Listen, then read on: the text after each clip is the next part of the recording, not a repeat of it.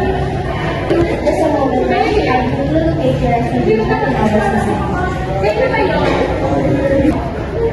Yes, I see your reservation. You booked a lovely deluxe double room for 3 nights. Is that correct? Yes.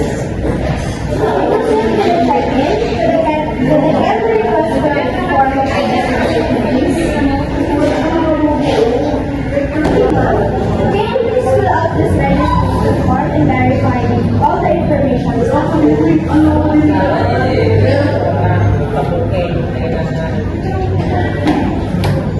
What method of payment would be preferred to use during your stay? Vlad accepts cash, credit card, and mobile payment. Additionally, we do require security deposit for any incidental, which will of course be fully refunded upon your checkout. Would you be acceptable for you? I like to pay via credit card. Wait for a moment, ma'am. Ma'am, this is our bellman, and we will assist you with your card. Here's the key card. Please bless us once and then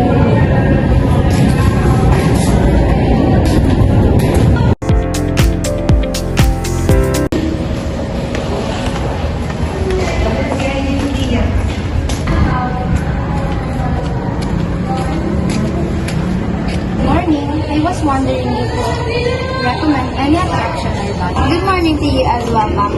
It would be my pleasure to assist. I can recommend you the Tampo Sandum and Kawa Hills, 5 minutes away from our hotel. We can get you a ride outside the hotel. That sounds absolutely wonderful. Thank you, and also, if you don't mind, would you recommend any excellent restaurant in the area? Yes, ma'am. We have a contact to Primus Restaurant near Park, 15 minutes away from here. They offer tasty and good quality of food that has a good pricing. Also, the Primus Restaurant has a good ambience where you can also enjoy while eating because they have a live band. If you like Las Miseria Musho, I can hold a reservation for you. You've been incredibly helpful. Thank you very much. Thank you, ma'am. Enjoy!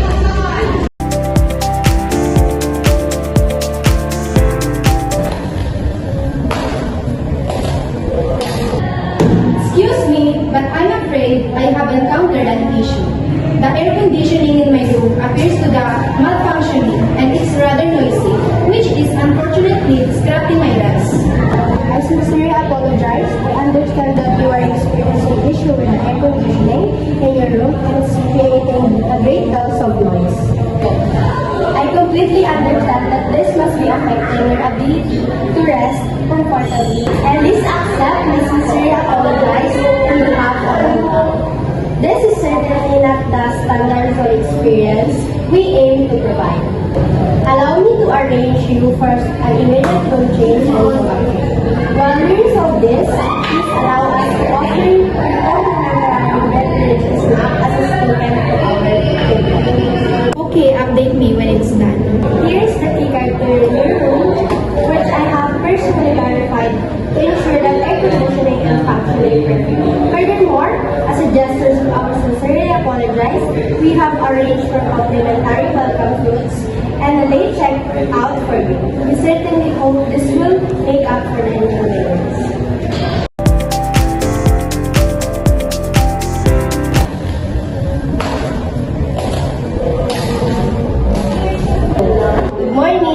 May I inquire as to whether you completely satisfied with the resolution and overall experience during your stay, ma'am?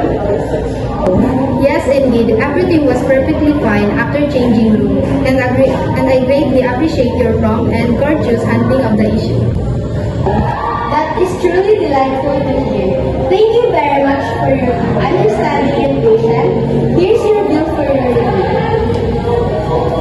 It has been an absolute pleasure having you as our guest. We genuinely appreciate your patronage and eagerly anticipate the opportunity to welcome you back in the near future.